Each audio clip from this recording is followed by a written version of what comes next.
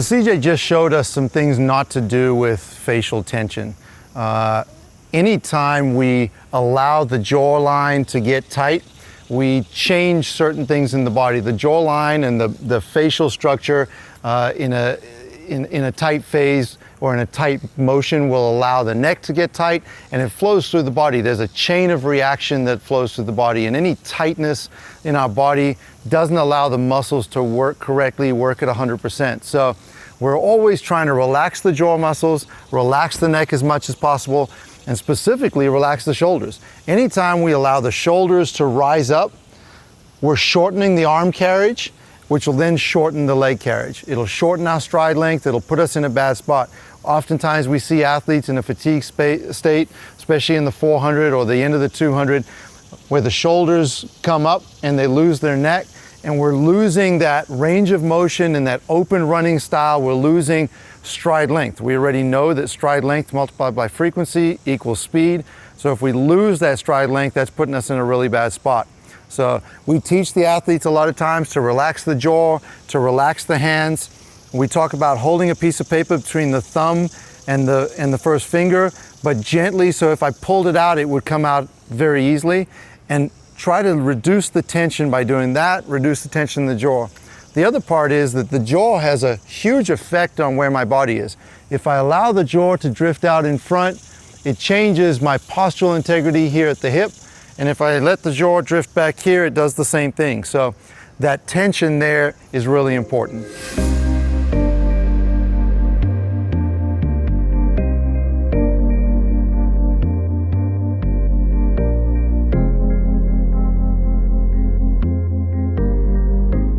Almost every single time an athlete runs fast, they come off the track and the first thing they do is walk up to their coach and they go, "That felt so easy." And when it feels easy, it means they've executed everything correctly. And the next time they get on the track to run that race, they try to do the same thing, but go harder. And generally, it's worse, okay? And the reason they ran fast and it felt easy was because they were relaxed, they were patient, and they executed the plan. So encourage them to complete in that manner, to continue to do that, right? Let's go back and not try to run faster. Let's try to mirror that. Let's try to mimic that. Let's try to repeat that. Let's try to be consistent at that level.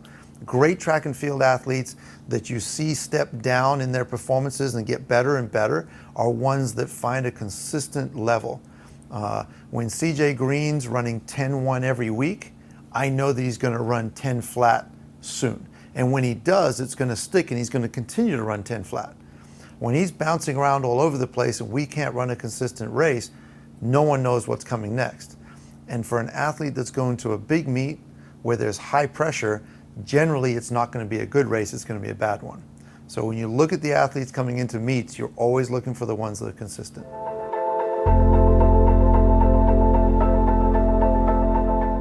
So the question is, how do you balance being aggressive and, and still being relaxed? And I feel like it's hard. And when you put the two of them together, they don't sound like they pull against each other. But the more you practice, I feel like you'll know how your body is meant to feel when it's relaxed versus when you get tight. And that feeling, it'll take some time before you know the feeling, because you have to differentiate between, when you are, tight, when you're coming through the races, and when you're relaxed. And you just know, like, the feeling is just different.